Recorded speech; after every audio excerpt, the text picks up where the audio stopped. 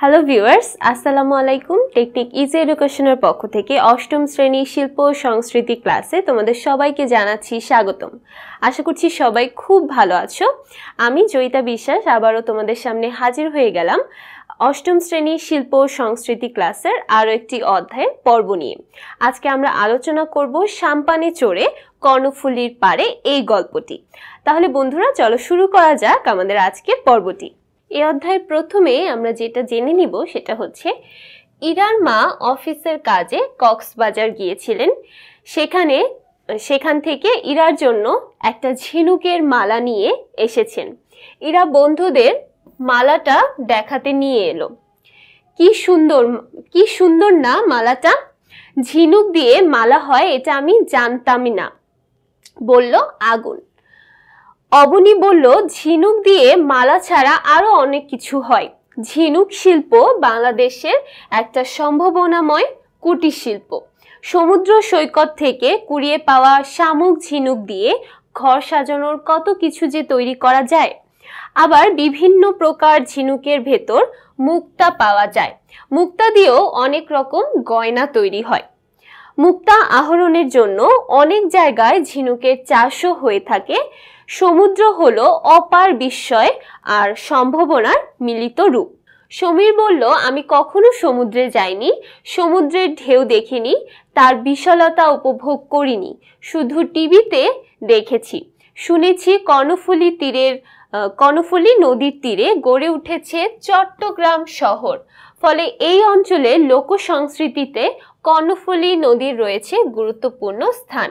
আমাদের জাতীয় কবি কাজী নজরুল ইসলামও এই নদীর অপরূপ সৌন্দর্যে মুগ্ধ হয়ে লিখেছেন, ওগো কর্ণফুলী, তোমার সলিলে পড়েছিল কবেকার কান ফুল খুলি। তোমার স্রোতের উজান ঠেলিয়া কোন তরুণী কে জানে, সাম্পান নায়ে ফিরেছিল তার দৈতের সন্ধানে। আনমোনা তার খুলে গেল খোপা, কান ফুল গেল খুলি, সে ফুল যতনে পড়িয়া কর্ণে হলে কি কর্ণফুলী। এখানে আমরা জাতীয় কবি কাজী নজরুল ইসলামের কর্ণফুলী নদীকে নিয়ে লেখা খুব সুন্দর একটি কবিতা দেখতে পেলাম। এরপর আমরা চলে যাব আমাদের পরবর্তী পাঠের আলোচনায়। আকাশ বলল, চলো এবার আমরা সবাই বাস্তব তথ্য আর কল্পনার ভ্রমণ মিলিয়ে চট্টগ্রাম ঘুরতে যাব। রেল, সড়ক, আকাশপথ তিনভাবেই সিলেট থেকে চট্টগ্রাম যাবার ব্যবস্থা আছে। সিলেট থেকে চট্টগ্রাম যাবার ট্রেনগুলো হলো উদয়ন এক্সপ্রেস, পাহাড়িকা এক্সপ্রেস। অর্থাৎ সিলেট থেকে আমরা যদি চট্টগ্রাম ভ্রমণ করতে চাই সেক্ষেত্রে দুই ধরনের ট্রেনের ব্যবস্থা আছে। একটি হচ্ছে উদয়ন এক্সপ্রেস এবং আরেকটি হচ্ছে পাহাড়িকা এক্সপ্রেস। কল্পনা ট্রেনে চেপে তারা যাবে চট্টগ্রামে। সেখান থেকে ইরার ছোট খালা, সেখানে থাকে ইরার ছোট খালা। পঞ্চরত্নের চট্টগ্রামে বেড়ানোর আগ্রহের কথা শুনে ইরার ছোট খালা খুবই আনন্দের সাথে তাদের আমন্ত্রণ জানালেন। ছোট খালার মেয়ে ফাইজা চট্টগ্রাম বিশ্ববিদ্যালয়ে নাট্যকলা বিভাগে পড়ে। পঞ্চরত্ন আসছে শুনে ফাইজা আপু নিজে থেকে বলল, তাদের চট্টগ্রাম ঘুরে দেখাবো।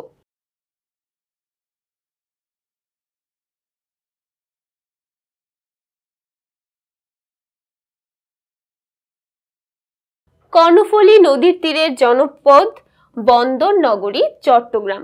বাংলাদেশের দক্ষিণ পূর্বাঞ্চলে অবস্থিত চট্টগ্রাম বিভাগ 11টি জেলা নিয়ে গঠিত, যার মধ্যে রয়েছে চট্টগ্রাম, কুমিল্লা, ব্রাহ্মণবাড়িয়া, নোয়াখালী, চাঁদপুর, লক্ষ্মীপুর, ফেনী, কক্সবাজার, খাগড়াছড়ি, রাঙামাটি, বান্দরবান।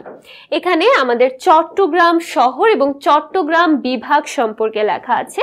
চট্টগ্রাম বিভাগে মোট 11টি জেলা রয়েছে। এই 11টি জেলার নাম আমরা এখানে দেখতে পাচ্ছি। প্রাকৃতিক সৌন্দর্যের লীলাভূমি চট্টগ্রাম হলো পাহাড়, নদী, সমুদ্রের এক অপূর্ব মিলন ক্ষেত্র। আমরা যারা চট্টগ্রাম ভ্রমণ করেছি তারা কিন্তু অবশ্যই এটা সম্পর্কে জানি যে চট্টগ্রাম হলো পাহাড়, নদী, সমুদ্র এই তিনের একটি মিলন রূপ। যারা আমরা ভ্রমণ করিনি তারা অবশ্যই টিভি থেকে এটা জেনেছি যে চট্টগ্রামে রয়েছে অপরূপ সৌন্দর্য, পাহাড়, নদী, সমুদ্র এই সব কিছুর সম্মিলন। সিলেট থেকে সময় মতো কল্পনার ট্রেনে তারা চট্টগ্রাম রেলওয়ে স্টেশনে এসে পৌঁছালো। রেলওয়ে স্টেশনে পঞ্চরত্নের জন্য অপেক্ষা করছিলেন ফাইজা আপু আর তার বন্ধু মেরি তঞ্জঙ্গা।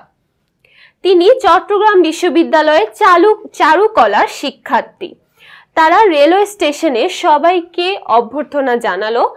অবনী ফাইজা আপুকে বললেন, আমি একটা লেখাতে পড়েছিলাম চট্টগ্রাম রেলওয়ে স্টেশনটি ব্রিটিশ সময়ে নির্মিত, কিন্তু এই রেলওয়ে স্টেশনটা তো বর্তমান সময়ের স্থাপত্য শৈলীতে তৈরি। ফাইজা আপু হেসে উত্তর দিলেন, তুমি ঠিক বলেছ, এটা নতুন ভবন। এর পাশেই রয়েছে সেই ব্রিটিশ সময়ের স্থাপত্য নিদর্শন সম্মিলিত পুরনো স্টেশনটি। এবার তাহলে চলো সেটা দেখে আসি। অর্থাৎ এই যে চট্টগ্রাম রেলওয়ে স্টেশন, পুরনো যে চট্টগ্রাম রেলওয়ে স্টেশন, সেটা অবশ্যই ব্রিটিশ আমলে তৈরি একটি স্থাপত্য শৈলী, এবং এই স্থাপত্য শৈলী দেখার জন্য আগ্রহী পঞ্চরত্ন। স্থানীয় মানুষের কাছে এটা বটতলী রেলওয়ে স্টেশন নামেও পরিচিত। বটতলী রেলওয়ে স্টেশনে পৌঁছানোর পর ফাইজা আপু বললেন, ভবনটির সংস্করণের পরে বর্তমানে এতে কার্যক্রম চলছে। লাল পাথরে তৈরি দ্বিতল ভবনটিতে মাঝখানে একটি এবং দুপাশে দুটি ছোট গম্বুজ রয়েছে। 100 বছরের বেশি প্রাচীন এই ভবনটি দেখলে তার জৌলুস বোঝা যায়। এখানে আমরা আমাদের পাঠ্য বইয়ে সেই পুরনো রেলওয়ে স্টেশনের যে চিত্র সেটা দেখতে পাচ্ছি। এখানে কিন্তু লাল রঙের ভবন নামেও আমরা এটা বলতে পারি। এখানে দেখো খুব সুন্দর করে ব্রিটিশ আমলে তৈরি যে স্থাপত্য শিল্পী, সেই স্থাপত্য শৈলীটা আমরা দেখতে পাচ্ছি। লাল রঙে, সাধারণত ব্রিটিশ আমলে তৈরি প্রত্যেকটি ভবনই লাল রঙের ইট দিয়ে তৈরি, এটাও কিন্তু তার ব্যতিক্রম নয়। স্টেশনের ভেতরে প্ল্যাটফর্মে গিয়ে তারা অনেক রঙে রাঙানো একটা ট্রেন দেখতে পেল। সমীর ফাইজা আপুকে জিজ্ঞাসা করলেন, এই সুন্দর ট্রেনটা কোথায় যায়? তিনি বললেন, এটা চট্টগ্রাম বিশ্ববিদ্যালয়ের ঐতিহ্যবাহী শাটল ট্রেন, যেটাতে করে আমরা বিশ্ববিদ্যালয়ের ছাত্রছাত্রীরা চট্টগ্রাম শহর থেকে চট্টগ্রাম বিশ্ববিদ্যালয়ের ক্যাম্পাসে যাতায়াত করি।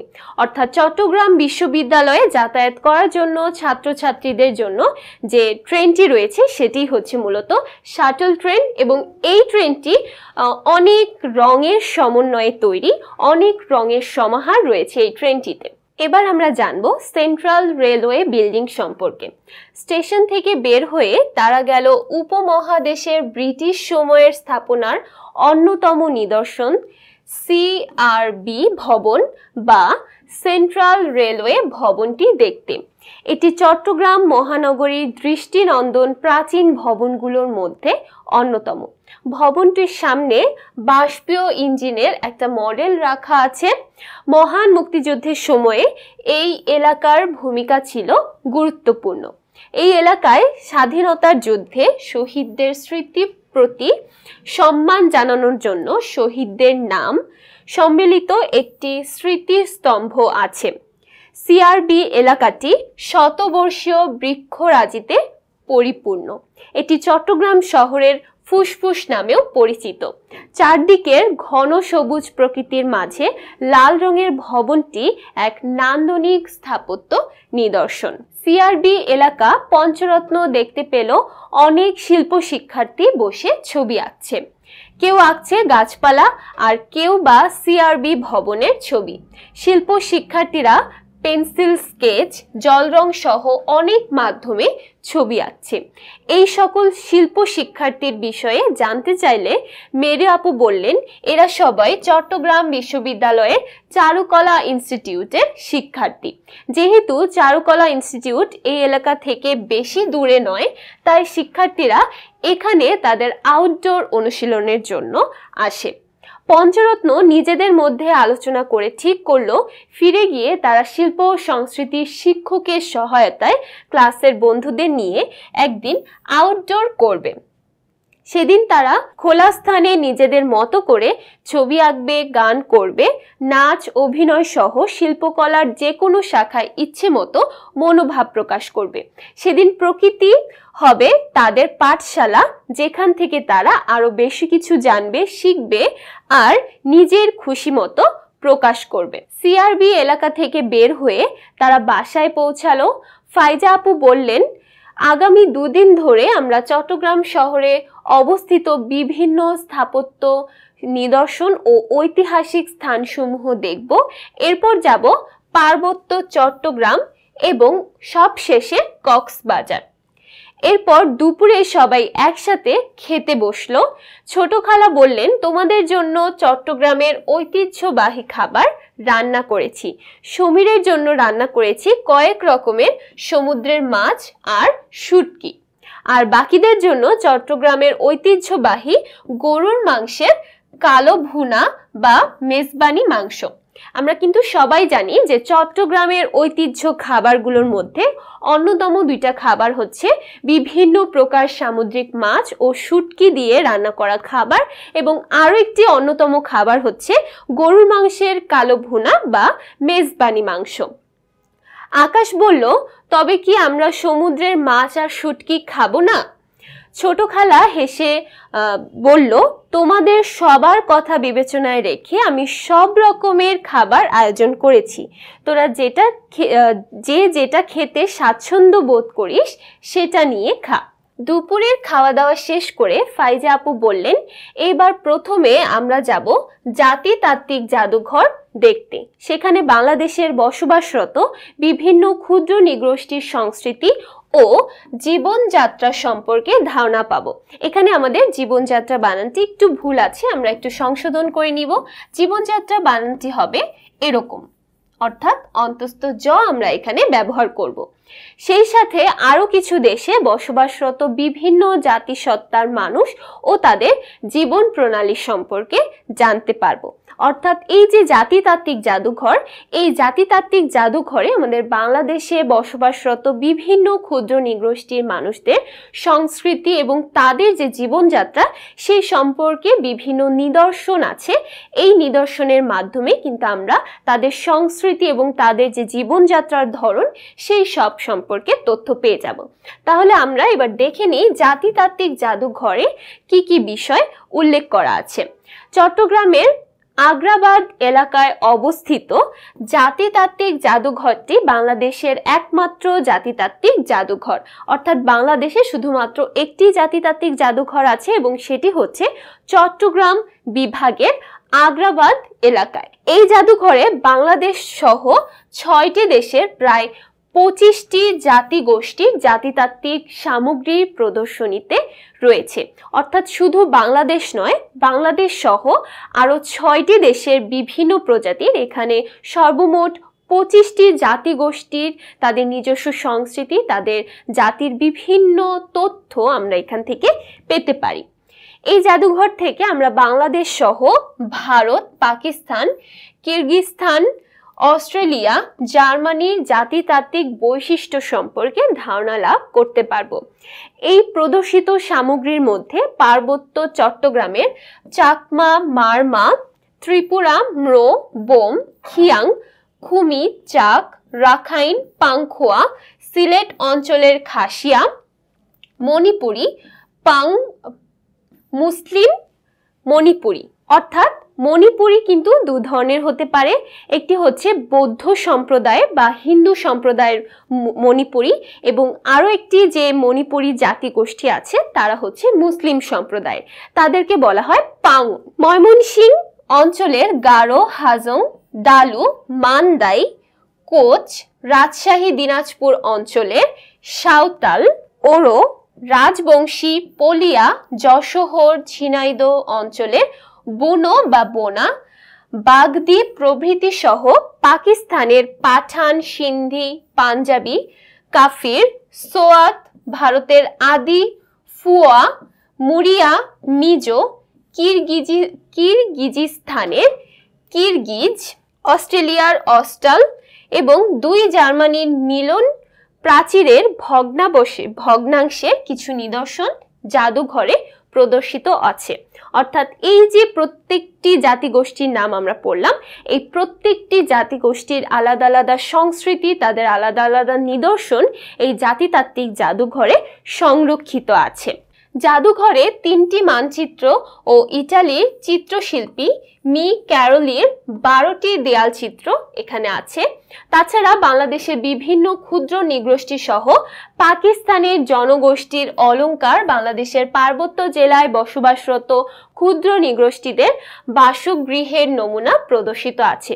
শুধু যে তাদের সংস্কৃতির অংশ এমন নয়, তাদের ব্যবহার্য পোশাক, অলংকার, এমনকি তারা যে ঘরবাড়িগুলোতে বসবাস করে সেই ঘরবাড়িগুলোর উদাহরণ বা নিদর্শনও কিন্তু আমরা এই জাদুঘরে দেখতে পাবো। জাতিতাত্ত্বিক জাদুঘর পরিদর্শনের মাধ্যমে তারা বাংলাদেশের পার্বত্য জেলাগুলোতে বসবাসরত এবং সীমান্তবর্তী অঞ্চলে বসবাসরত জনগোষ্ঠী সম্পর্কে ধারণা লাভ করলো। জাদুঘর থেকে পঞ্চরত্ন গেল 1667 সালে মোঘল স্থাপত্য রীতি অনুযায়ী নির্মিত আন্দর কিল্লা শাহী জামে মসজিদ দেখতে। তারপর একে একে তারা দেখলো 300 থেকে 350 বছর পূর্বে শ্রী শ্রী চটেশ্বরী দেবীর মন্দির, দুর্লভ পাণ্ডুলিপি সমৃদ্ধ চট্টগ্রাম বৌদ্ধবিহার, চট্টগ্রামের পাথরঘাটায় অবস্থিত ক্যাথলিক চার্চের অন্তর্গত ক্যাথিড্রাল, ব্রিটিশ বিরোধী আন্দোলনের অন্যতম নেতা মাস্টারদা সূর্য সেনের অন্যতম সহযোদ্ধা বীরকন্যা প্রীতিলিতি ওয়াদ্দেদারের স্মৃতি বিজড়িত স্থান ইউরোপিয়ান ক্লাব পরিদর্শনে। অর্থাৎ শুধু যে তারা এই জাতিতাত্ত্বিক জাদুঘর দেখতে গেল এমন নয়, এই জাতিতাত্ত্বিক জাদুঘরের পাশাপাশি তারা মোঘল স্থাপত্য রীতি অনুযায়ী নির্মিত যে আন্দরকিল্লা শাহী জামে মসজিদ আছে সেটি দেখলো। পাশাপাশি তারা দেখলো যে শ্রী শ্রী চটেশ্বরী দেবীর মন্দির, দুর্লভ পাণ্ডুলিপি সহ চট্টগ্রামের কিছু বৌদ্ধবিহার এবং আরো অনেক নিদর্শন। তাছাড়া তারা স্থানীয় মানুষের সাথে কথা বলে জব্বারের বলি খেলা সম্পর্কে অনেক কিছু জানলো। পরবর্তী পর্বে আমরা আলোচনা করব জব্বারের বলি খেলা সম্পর্কে। আজকের পর্বটা আমরা এখানেই শেষ করছি। পরবর্তী পর্ব দেখার আমন্ত্রণ জানাচ্ছি সবাইকে। সবাই খুব ভালো থাকবে, সুস্থ থাকবে। আল্লাহ হাফেজ।